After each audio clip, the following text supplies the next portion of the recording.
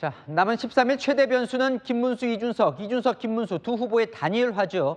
자, 그럼 두 후보가 단일화가 되면 이재명 후보를 이길 수 있는 걸까요? 단일화 후보로는 누가 더 우세했을까요? 우연기 기자가 전해드립니다. 김문수, 이준석 두 후보가 단일화를 한다면 어떤 후보가 더 적합하느냐고 물었습니다. 국민의힘 김문수 후보가 43.1%로 개혁신당 이준석 후보보다 2배가량 높았습니다. 보수층 응답자로 한정하면 김 후보를 선택한 응답률이 73.2%로 격차는 커졌습니다. 두 후보의 단일화가 이루어지더라도 실제 대선 결과엔 별다른 영향이 없을 거란 응답도 적지 않았습니다. 응답자 57.3%는 김 후보든 이 후보든 누구로 단일화가 되더라도 당선되지 않을 걸로 봤습니다. 하지만 국민의힘 지지층은 단일화 효과에 큰 기대감을 가진 것으로 조사됐습니다.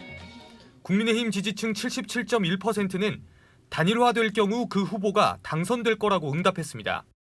두 후보가 단일화될 경우 온전히 상대의 지지층을 흡수하긴 어려울 거란 조사 결과도 나왔습니다.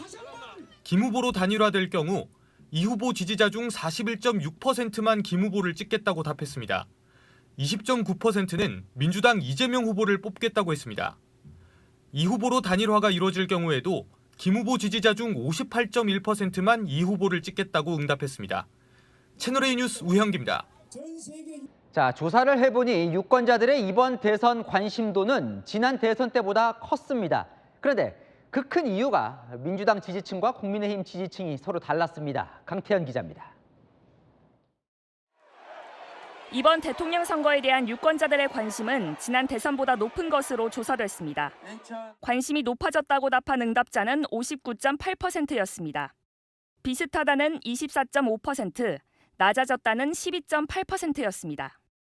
관심이 높아진 이유로 67.3%가 비상계엄 영향을 꼽았습니다. 지지 정당별로 대선에 관심을 갖게 된 이유는 달랐습니다. 민주당 지지층은 90% 이상이 비상계엄 영향을 꼽은 반면 국민의힘 지지층에선 상대 후보에 대한 반감 때문이라는 응답이 가장 많았습니다.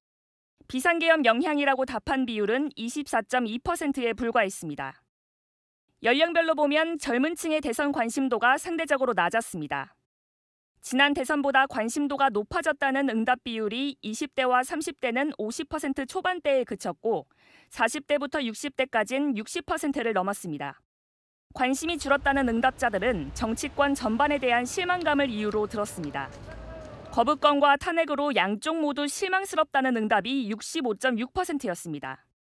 현재의 대선 구도와 지지율, 또 각 정당의 경선 진행 과정 때문이라는 응답이 그 뒤를 이었습니다.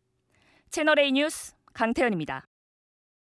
자, 여론 아는 기자, 정치부 구자준 기자 나와 있습니다. 구 기자, 이제 대선 13일 앞두고 저희가 조사를 실시했는데 가장 궁금한 건 이재명 후보가 쭉 무난히 당선되는 거예요? 아니면 좀 바뀔 수도 있어 보입니까? 저희가 실시한 여론조사로 답을 드릴 수는 없지만 여론의 흐름을 가늠해 볼 수 있는 그런 부분은 있는 것 같습니다.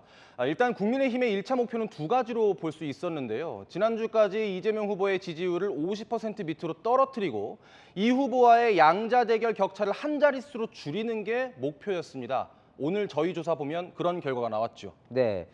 3주 전과 이제 23일 전과 비교해 보면 어디가 좀 오른 거예요? 제가 이렇게 살펴보니까요. 전통 보수층이 뭉치고 있는 것 같습니다.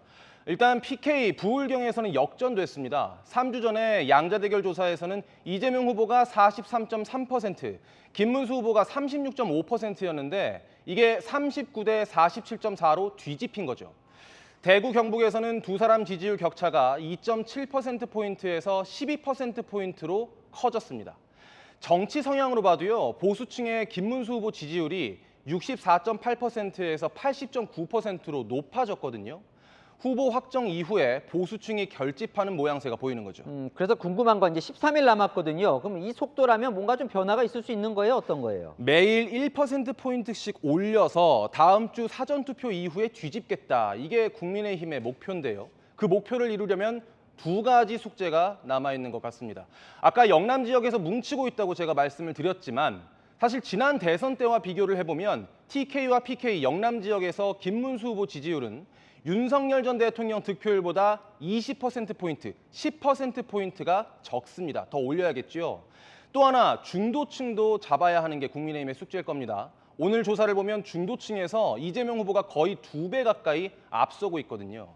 수도권 중도층에서 이 후보와 비슷한 수준까지 올라가지 못하면 뒤집기는 힘들겠죠. 근데 저희가 지금 살펴본 게 가상으로 양자 대결을 가정한 거거든요. 예. 양자 대결이 되려면 일단 단일화가 돼야 되는 거예요. 그렇습니다. 최대 변수죠. 오늘 저희 조사에서도 유권자들이 대선에 영향을 가장 많이 줄 큰 변수로 단일화를 꼽기도 했습니다. 그런데 이제 궁금한 건 김문수, 이준석 두 후보가 합치면 이재명 후보를 이길 수 있는 거예요? 근데 그게 그렇게 단순하게 볼 일이 아닙니다. 산술적으로 봤을 때 다자 대결에서 김문수 후보와 이준석 후보 지지율을 합치면 이재명 후보와 거의 박빙 수준으로 나오기는 하거든요. 하지만 현실적으로 1 더하기 1이 2가 되기는 힘들다는 게 저희 조사로 확인이 됐습니다. 김문수 후보로 단일화가 되면 이준석 후보 지지자 중에 5분의 1이 이재명 후보에게 투표한다고 답했습니다.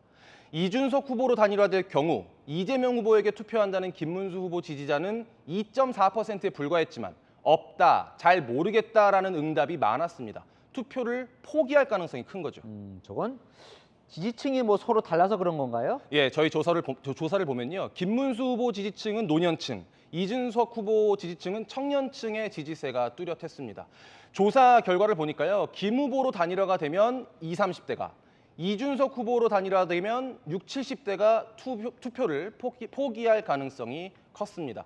단일화를 이루어내느냐만큼 단일화 과정에서 서로의 지지층을 온전히 끌어안을 수 있느냐가 중요할 걸로 보입니다. 자, 또 민주당 입장에서 보면 지금 이제 영남 뚫고 뭐 중도 지키고 이러면 이제 이길 수 있는 거네요. 예, 그렇습니다. 오늘 조사를 보면요. 이재명 후보가 대구, 경북, TK 출신인 걸 강조하고 보수 인사 영입 등 실용 컨셉으로 중도를 공략한 게 주요한 전략이었던 거죠.